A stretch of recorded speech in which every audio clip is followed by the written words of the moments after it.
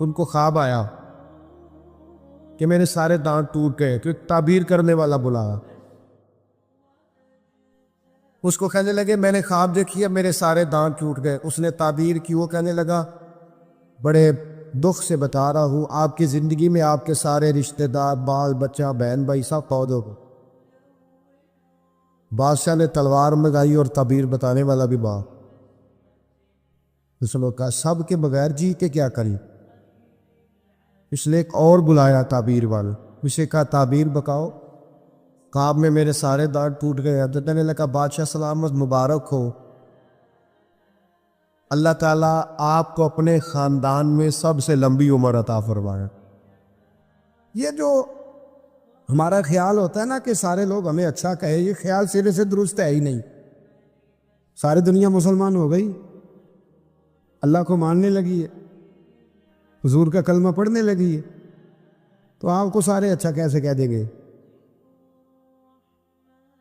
جب رب رسول کے بارے میں ابھی سارے لوگ کلمہ نہیں پڑھتے، مطیع اور فرما بردار، تو آپ کا یہ دعویٰ کیسے ہے؟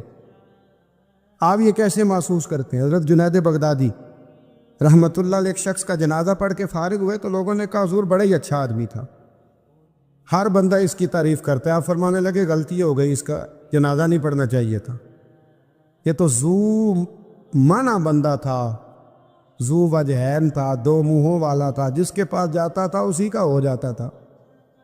اس نے تو سب کو راضی رکھنے کی پالیسی اختیار کی ہوئی تھی، لہذا یہ درست نہیں تھا۔ اگر یہ بندہ سچا ہوتا، حق بات کہتا، تو لوگ اس کے مخالف بھی ہوتے۔ اگر یہ صحیح رستے پر ہوتا تو لوگ اسے برا کہنے والے بھی ہوتے۔ تو چونکہ یہ درست نہیں تھا، باتیں چھپاتا تھا، غلطیاں کرتا تھا، جدھر جاتا تھا اسی کا ہو جاتا تھا، لہذا کوئی اسے برا نہیں کہتا، تو اس کا مطلب یہ ہے کہ یہ حق بات نہیں کہتا تھا۔ حضرت جنید بغدادی خود ایک دن گزر رہے تھے گلی سے، مرید شاگرد عقیدت مند ساتھ تھے، تو ایک شخص نے آپ سے کہا معاذ اللہ ثم معاذ اللہ، کہنے لگا او زندیق، یعنی اے بے دین، او زندیق۔ جب اس نے یہ لفظ کہے نا تو آپ کے شاگردوں کو بڑا برا لگا، غصہ آیا۔ حضرت جنید بغدادی رحمۃ اللہ علیہ نے پلٹ کے اس شخص کی طرف دیکھا تو آپ ہنسے، فرمانے لگے یار سارے بغداد کو میرا ایک ہی نام یاد تھا کہ میں دیندار ہوں، تو نے اچھا کیا ایک اور نام بھی یاد کرا دیا ہے۔ چلو ایک اور نام بھی لوگوں کو یاد ہو گیا، پہلے سارے بغداد کو میرا بولیے ایک ہی نام پتہ تھا کہ جنید، بڑا اچھا کیا تو نے۔ حضرت مولانا ظفر الدین صاحب بہاری ملک العلماء، انہوں نے بخاری کی شرح لکھی ہے، اعلیٰ حضرت رحمۃ اللہ علیہ کے خلیفہ تھے مولانا ظفر الدین بہاری رحمۃ اللہ تعالی علیہ۔ آپ فرماتے ہیں کہ اعلیٰ حضرت کو نا بے شمار خط آتے تھے، اب تو ٹیلی فون کا رواج ہے، تو اس زمانے میں خطوط ہی، ویسے خط بھی بڑا شاندار ہوتا تھا، بندہ سوچ سمجھ کے تو لکھ لیتا تھا نا، تو بڑے خط آتے تھے اعلیٰ حضرت کو، خطوط پر ہی آپ جواب دیا کرتے تھے۔ خط آتے، کسی نے کسی لقب سے پکارا ہے، کسی نے کسی نام سے پکارا ہے، کسی نے ایک خط آیا تو اس میں بڑے غلط لفظ لکھے تھے، بڑے بڑے غلط جملے، معاذ اللہ ثم معاذ اللہ، ملامتی لوگ جو ملامت کرنے والے ہوتے، انہیں بڑی تکلیف پہنچائی تھی۔ تو اعلیٰ حضرت فاضل بریلوی رحمۃ اللہ تعالیٰ علیہ کے خلیفہ مولانا ظفر الدین صاحب بہاری رحمۃ اللہ علیہ نے وہ خط جب پڑھا تو بڑا غصہ آیا، بڑا جلال۔ اعلیٰ حضرت رحمۃ اللہ علیہ فرمانے لگے کیا ہوا؟ عرض کی اور اس نے بڑے برے لفظ لکھے ہیں، میں اس پر مقدمہ کروں گا، کیس کروں گا، عدالت جاؤں گا۔ تو اعلیٰ حضرت فرمانے لگے وہ پہلے جس نے پیارے لفظ لکھے ہیں پہلے اس کے لیے انعام کا اعلان کرنا، پہلے کوئی جائیداد دے، کوئی تحفہ دے، پھر اس پر مقدمہ بھی کر لینا۔ فرمایا اگر اتنے لوگ اچھا کہہ رہے ہیں تو دو چار ایسے ہیں بھی، تو میں یہ کہا کرتا ہوں چلو نظر نہیں لگتی، کیا ہوتا ہے بولیے، اللہ کرے آپ کو سمجھ آئے، چلو نظر نہیں لگتی، کو دو چار ہوں بھی تو نظر کوئی حرج نہیں، نظر نہیں لگتی۔ اعلیٰ حضرت فرمانے لگے یا تو ان کو انعام دو، ان کے نام جائیداد کراؤ، تو پھر تکلیف دینے والوں پر مقدمے بھی کر لینا، تو اگر وہاں تمہیں انعام نہیں دے رہے تو پھر یہاں تمہیں مقدمہ کرنے کی حق بات پر، سچی بات پر آپ مستقل مزاجی اختیار کریں، آپ ٹھہریں. پھر آپ کو کوئی کیا کہہ رہا ہے، کوئی آپ کے بارے میں کیا بیان کر رہا ہے، پھر آپ اس بات سے نکل آئیں، پھر آپ اس سے نکلیں. میرے نبی رحمت، نور مجسم، شفیع معظم صلی اللہ تعالی علیہ وسلم طائف کے بازار بھی چلے گئے تھے، عکاظ کی منڈیوں میں بھی حضور چلے گئے. نبی پاک نے کافر کے ہر سوال کا جواب دیا، اور جب دین کی تکمیل ہونے لگی مدینہ منورہ میں تو کافر ختم ہوئے تو منافق کھڑے ہو گئے. پوری صورتیں ہیں منافقین کے بارے میں. ادھر سے معاملہ ختم ہوا تو ادھر سے کبھی حضور کے علم پر اعتراض کرتے ہیں، کبھی حضور صلی اللہ تعالیٰ علیہ وسلم کے صحابہ پر شکوہ کرتے ہیں، کبھی کوئی بات کرتے، کبھی کوئی بات کرتے. لیکن میرے حبیب کریم علیہ السلام نے ہمیشہ ڈٹ کر، کھڑے ہو کر، استقامت کے ساتھ ہر بات کو سنا اور امت کو یہ پیغام دیا کہ تم نے سچی بات پر کھڑے رہنا ہے، تم نے دائیں بائیں پلٹنا نہیں ہے. امام احمد بن حنبل رحمۃ اللہ ہے، امام احمد بن حنبل بہت بڑے امام تھے. 14 جلدوں میں کتاب لکھی آپ نے حدیث پاک کی، مسند امام احمد بن حنبل. اور کلیجہ ٹھنڈا ہو جاتا امام صاحب کی تحریریں پڑھ کے. اتنے بڑے آدمی، ہر دور میں کوئی نہ کوئی فتنہ پیدا ہوتا ہے. تو فتنہ اس طرح پیدا ہوتا ہے کہ لوگ دین کا نام لے کے بعض اوقات فتنہ کرتے ہیں.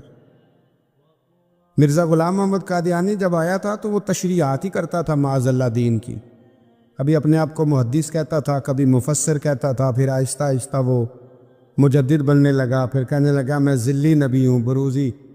پھر اس بے ایمان نے کھل کر اپنے باطن میں چھپی ہوئی ہر غلاظت کا ذکر کرنا شروع کیا. تو دین کے اندر داخل ہو کر دین کا نام لے کر جو فتنے برپا کیے جاتے، اللہ تعالیٰ ان سے محفوظ فرمائے، اللہ تعالیٰ ہمیں محفوظ فرمائے.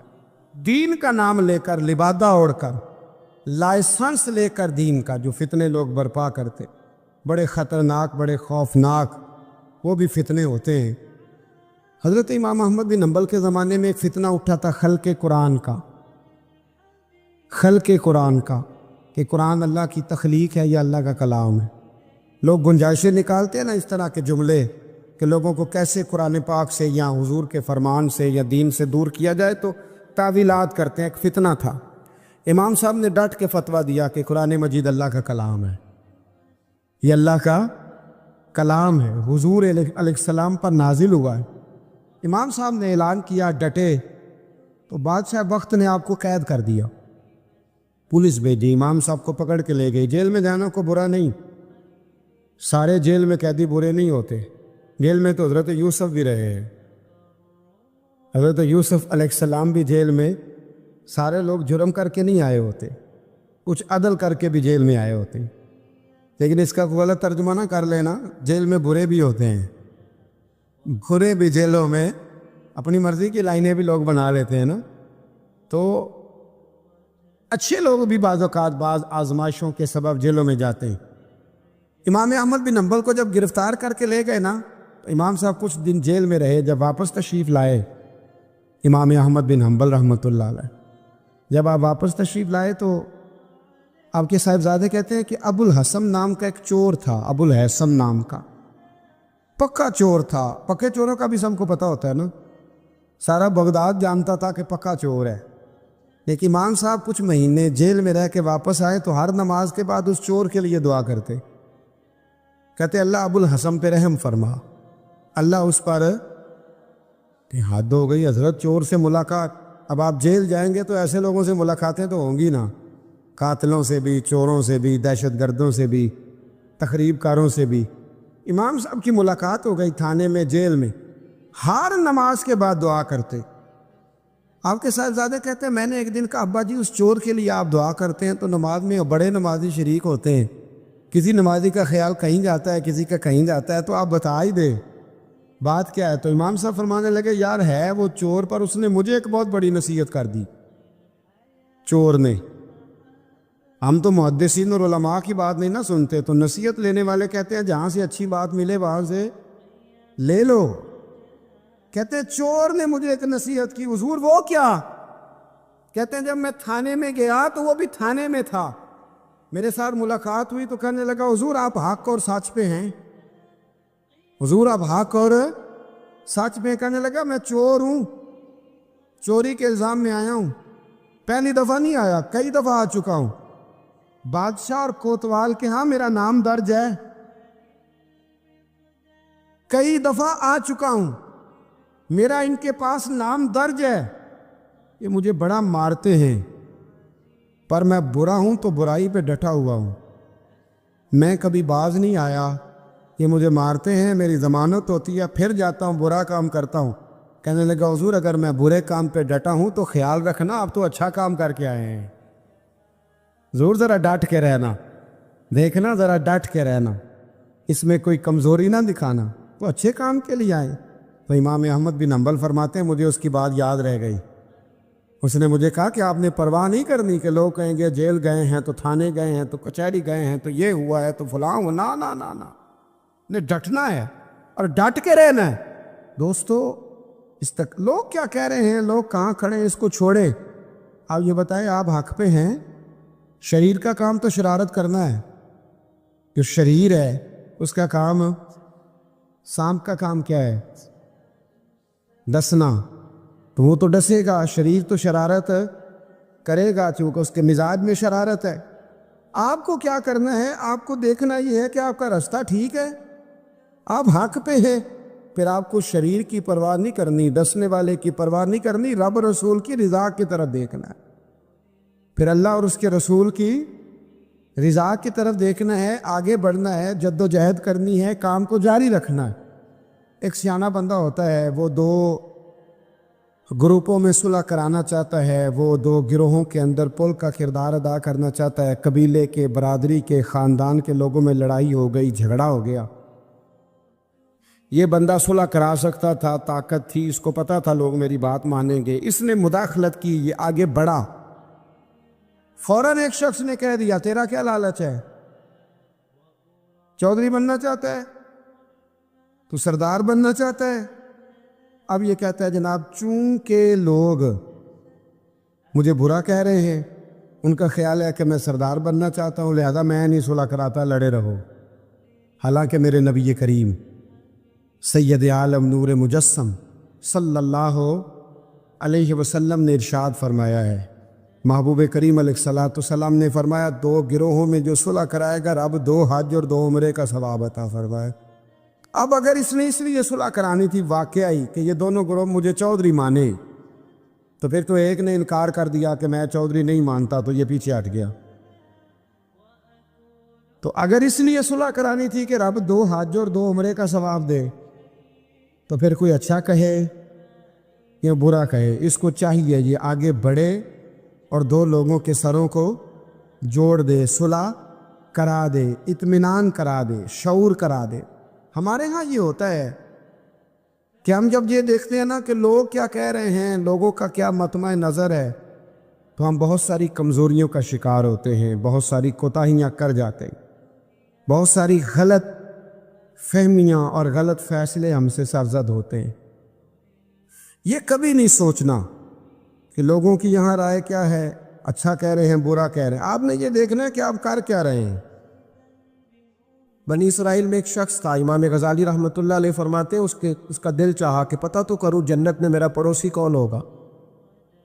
اس کو خواب میں بتایا گیا کہ فلاں بن فلاں تیرا جنت میں پڑوسی ہے. اب یہ بڑا عابد تھا، زاہد تھا، عبادت گزار تھا، پرہیزگار، بڑا نیک تھا، بڑا پرہیزگار. یہ سفر کر کے اس کے پاس گیا، اس کو جا کے کہنے لگا میں تیرا مہمان نہ بن جاؤں، 2-3 دن کا بن جاؤ. کہتے میں 3 دن اس کے ساتھ رہا، میں اس سے زیادہ نوافل پڑھتا تھا، زیادہ صدقات و خیرات کرتا تھا، زیادہ عبادات کرتا تھا، وہ تو میرے مقابلے میں کچھ بھی نہیں. 3 دن کے بعد میں آنے لگا تو میں نے اس کو کہا یار میں ایک مقصد کے لیے آیا تھا تیرے پاس. اس نے کہا بتائیے. میں نے کہا کہ میرا آنے کا مقصد یہ تھا کہ میں دیکھوں تو کون سی ایسی عبادت کرتا ہے کہ جنت میں تو میرا پڑوسی بنے گا. لیکن تیری عبادات ریاضت میں تکبر نہیں کرتا، لیکن میں نے کوئی خاص چیز دیکھی نہیں، کوئی خاص بات ہے تو مجھے بتا دے. تو بندہ کہنے لگا کوئی خاص بات نہیں، ہاں ایک چھوٹی سی عادت ہے میرے اندر، چھوٹی سی عادت. بڑے لوگ کبھی بھی اپنی باتوں کو بڑا نہیں سمجھتے. کہ ایک چھوٹی سی عادت ہے. کہ وہ کون سی؟ تو وہ کہنے لگا اگر شدید گرمی ہو نا تو میں نے اپنے رب سے کبھی سردی نہیں مانگی، اور کبھی برف جمی ہو نا گلیوں میں تو میں نے اپنے رب سے کبھی گرمی نہیں مانگی. میں سمجھتا ہوں میرا رب مجھے دیتا ہی وہ ہے جو میرے حق میں بڑا بہتر ہوتا ہے. یہ ایک میری چھوٹی سی عادت ہے کہ کڑاکے کی دھوپ میں میں نے کبھی مالک سے سائے کا سوال نہیں کیا. اور اگر تیز بارش ہو رہی ہو تو میں نے کبھی یہ نہیں کہا کہ بارش نہیں ہونی چاہیے تھی، کیا بلے گا فلاں چیز کا. میں سمجھتا ہوں جو بہتر تھا اللہ نے وہی دے دیا ہے تو میں مطمئن رہتا ہوں. تو عابد وہ نیک آدمی وہ اللہ کے ولی کہنے لگے اسے چھوٹی سی عادت نہ بتا، تیری یہ وہ عادت ہے جس کی وجہ سے رب تجھ سے راضی ہو گیا ہے. اللہ تجھ سے راضی ہے تیری اس عادت کی بنا پر. جب ہمارے مزاج میں یہ چیزیں آ جائیں گی نا کہ جو میرے حق میں بہتر تھا مالک نے مجھے وہ دے دیا ہے، پھر ہم ہر جگہ بیٹھنے کی تمنا نہیں کریں گے، پھر سامنے والے سے ہم حسد نہیں کریں گے، پھر ہم یہ نہیں چاہیں گے کہ اللہ کرے وہ مر جائے اور اس کی ہر چیز مجھے مل جائے. پھر ہمارا مزاج پھر ہماری طبیعت یہ نہیں رہے.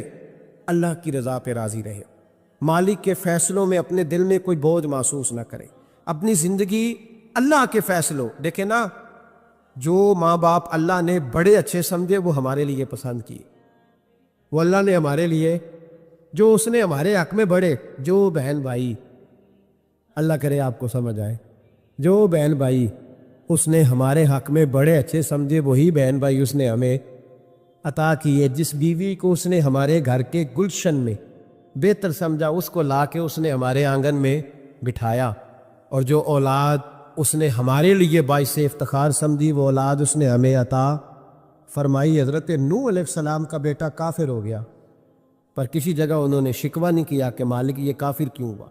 اللہ کے قبضے میں ہے نا دل، پھیر سکتا ہے نا، مقلب القلوب ہے. لیکن حضرت نوح نے دعا اللہ کی رضا پر راضی رہے، اپنا مزاج بدلے، تاکہ معاشرے میں یہ جو گھٹن ہے، یہ جو ٹینشن ہے، یہ جو جھگڑا ہے، یہ جو چھینا چھانی ہے، یہ جو ایک دوسرے پر لوگوں کی نظریں ترچھی ہیں، یہ ختم ہو. سمجھیں کہ میرے حق میں جو بہتر تھا مالک نے وہ چیز مجھے عطا کر دی. میں اکثر کہتا ہوں اپنے دوستوں کو، میں کہتا ہوں مجھے ایسے لگتا ہے جو سب سے اچھے ماں باپ تھے وہ اللہ نے مجھے عطا فرمایا، اور جو سب سے بہترین اساتذہ تھے نا ان کا دروازہ اللہ نے مجھے عطا فرمایا. اور جس شیخ جس پیر کو اللہ نے سب سے زیادہ شان عطا فرمائی اس کا دروازہ اللہ نے مجھے دکھایا. اور اس کے بعد اتنے تابع دار شاگرد میں نے کسی کے نہیں دیکھے جتنے مجھے ملے، اور اتنے وفادار پیر بھائی اور مرید میں نے کسی کے نہیں دیکھے جتنے مجھے ملے. میں اس بات پر، اور میں بات اس لیے نہیں کر رہا، میں آپ کو دل کی گہرائی سے بات بتا رہا ہوں کہ یہ عنوان زندگی ہے، یہ روح زندگی ہے. میں کبھی کبھی بڑے ناز کے ساتھ سجدہ شکر ادا کرتا ہوں کہ ایک بہت بڑا خوش نصیب شخص ہو. اب یہ بات صرف سوچنے کی ہے. 100 لوگوں میں سے اگر ان 2 پہ ہی بندہ غور کرے جو نافرمان ہے تو پھر زندگی آگے چل سکتی. تو 98 پر غور کیوں نہیں کرتا؟ تو 98 پر غور کیوں نہیں کرتا؟ اگر کسی شخص کے ساتھ تیرے 20 سال گزرے اور تو صرف اس ایک دن کو یاد رکھے جس دن میں اس نے تکلیف دی تھی تو پھر یہ تیری زیادتی ہے. تو باقی ان دنوں کو کیوں نہیں یاد رکھتا جن دنوں میں اس کے تیرے ساتھ محبت والا معاملہ فرمایا، خدمت والا، راضی دل رضا کا مزاج بنائے. یہ مسلمان کے ایمان کا حسن ہے، یہ مسلمان کے کردار کا کمال ہے، یہ مسلمان کی سوچ کا بلند معیار ہے، یہ مسلمان کا اعلیٰ مقام ہے. حضرت عبداللہ ابن عمر کا بیٹا بیمار ہو گیا. بڑے پیارے ہوتے ہیں نا بیٹے. آپ بڑے پریشان تھے، شدید پریشان. صحابہ کہتے ہیں ہم نے آپ کو بڑی تکلیف میں دیکھا، کبھی اس حکیم کے پاس، کبھی اس حکیم کے پاس، کبھی اس جگہ، کبھی اس جگہ. کچھ دنوں کے بعد بیٹا انتقال کر گیا. لیکن کہتے ہیں جب ہم تعزیت کے لیے گئے تو ہم نے ان کے چہرے پر بہت ساری سکون کو، بہت ساری راحت کو دیکھا. بیٹا انتقال کر گیا. جب وہ بیمار تھا تو پریشان تھے، اب جب انتقال کر گیا تو سکون میں. تو کہتے ہیں ہم نے ان سے سوال کیا کہ حضور اس وقت آپ پریشان تھے، انتقال کے بعد تو لوگ زیادہ پریشان ہوتے ہیں، اب آپ سکون میں ہیں. تو آپ فرمانے لگے جب تک میری ڈیوٹی تھی میں پریشان تھا، خدمت کر رہا تھا، نوکری کر رہا تھا.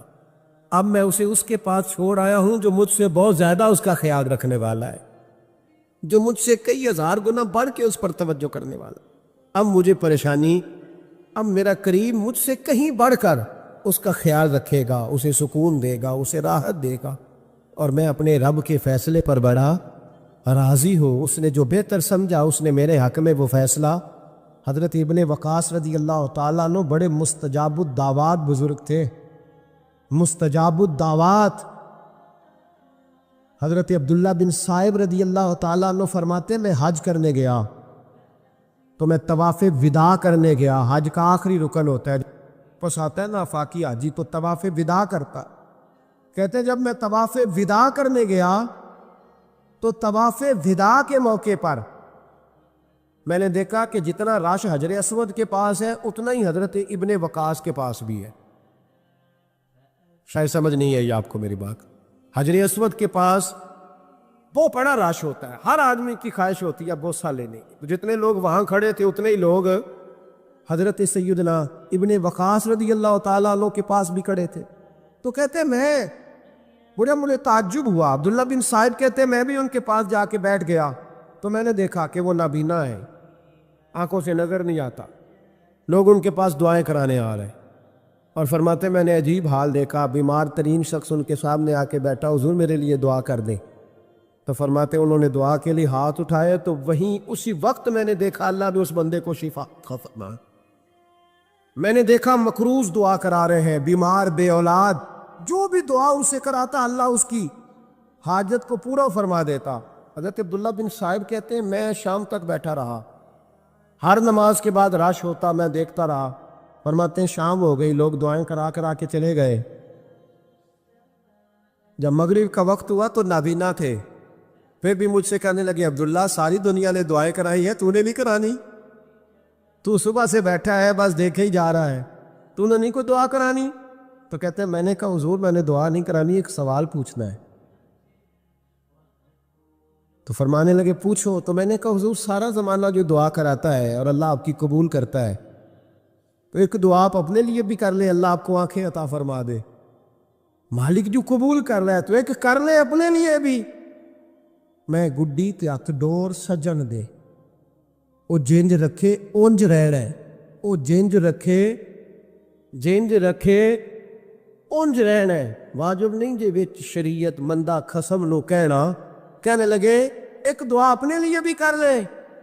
کہتے ہیں جب میں نے یہ کہا تو بن وقاص رو پڑے، اتنا روئے کہ ان کی ہچکی بند گئی. کہنے لگے نا، جب تک رب نے چاہا اس نے مجھے آنکھیں دی، اور اب اس نے بہتر سمجھا کہ میری آنکھیں نہ رہے تو اس نے جو بہتر سمجھا میرے لیے کر دیا.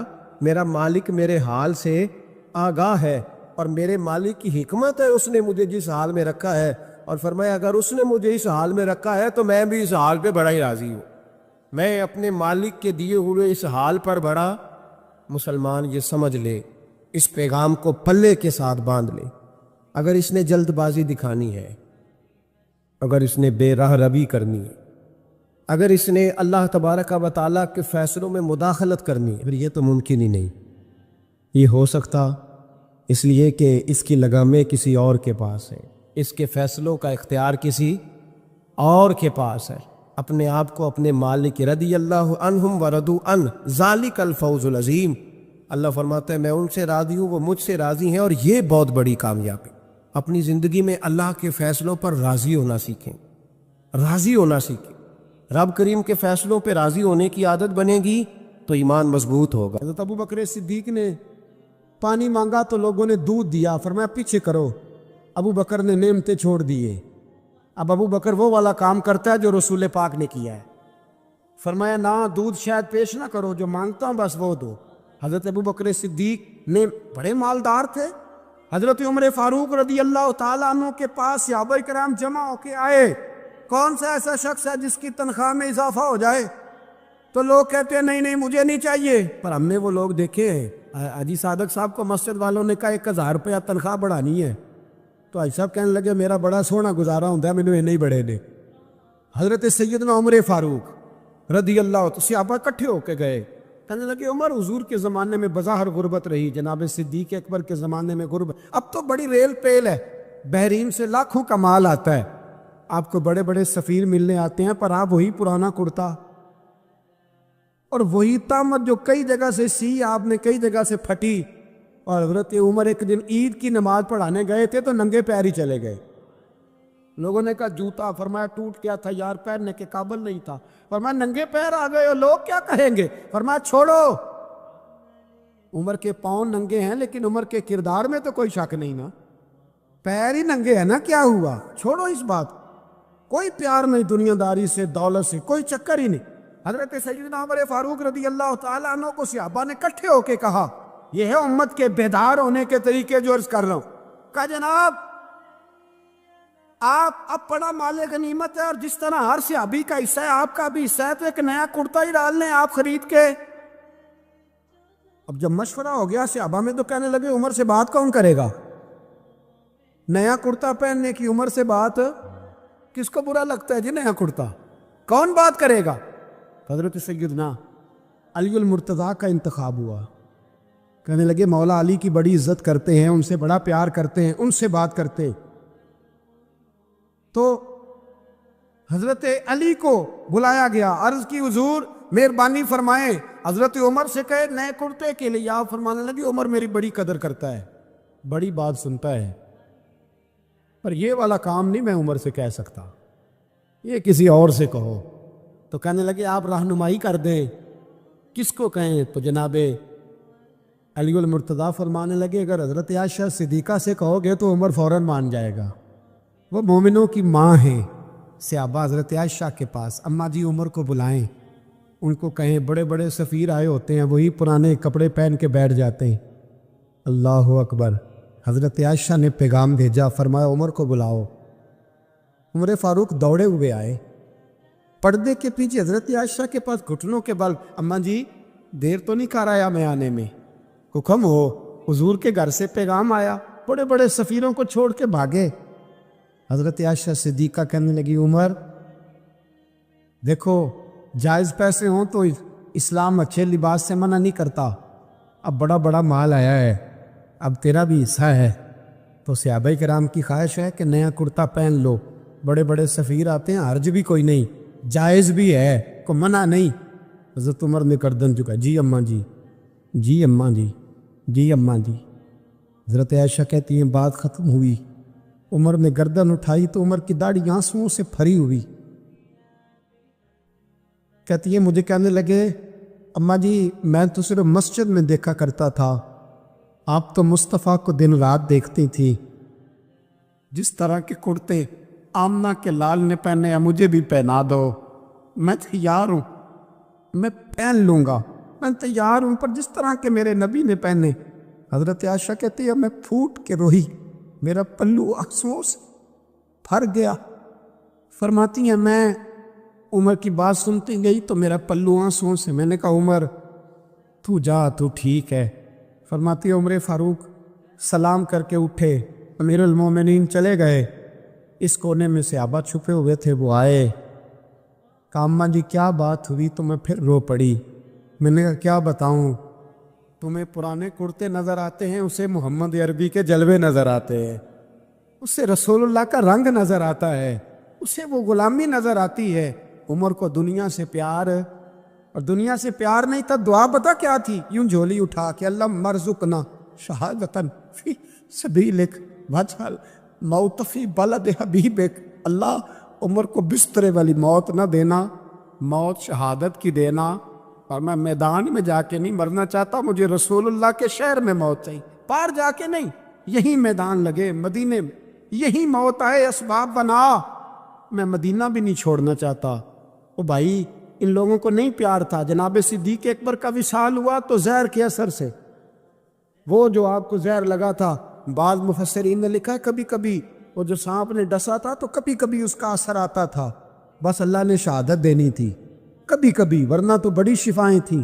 حضرت عمر شہید، حضرت عثمان، جناب علی، امام حسن، امام حسین، علی اکبر، علی اصغر، حضرت عباس، حضرت سعد بن معاذ، حضرت امیر حمزہ، مصعب بن عمیر.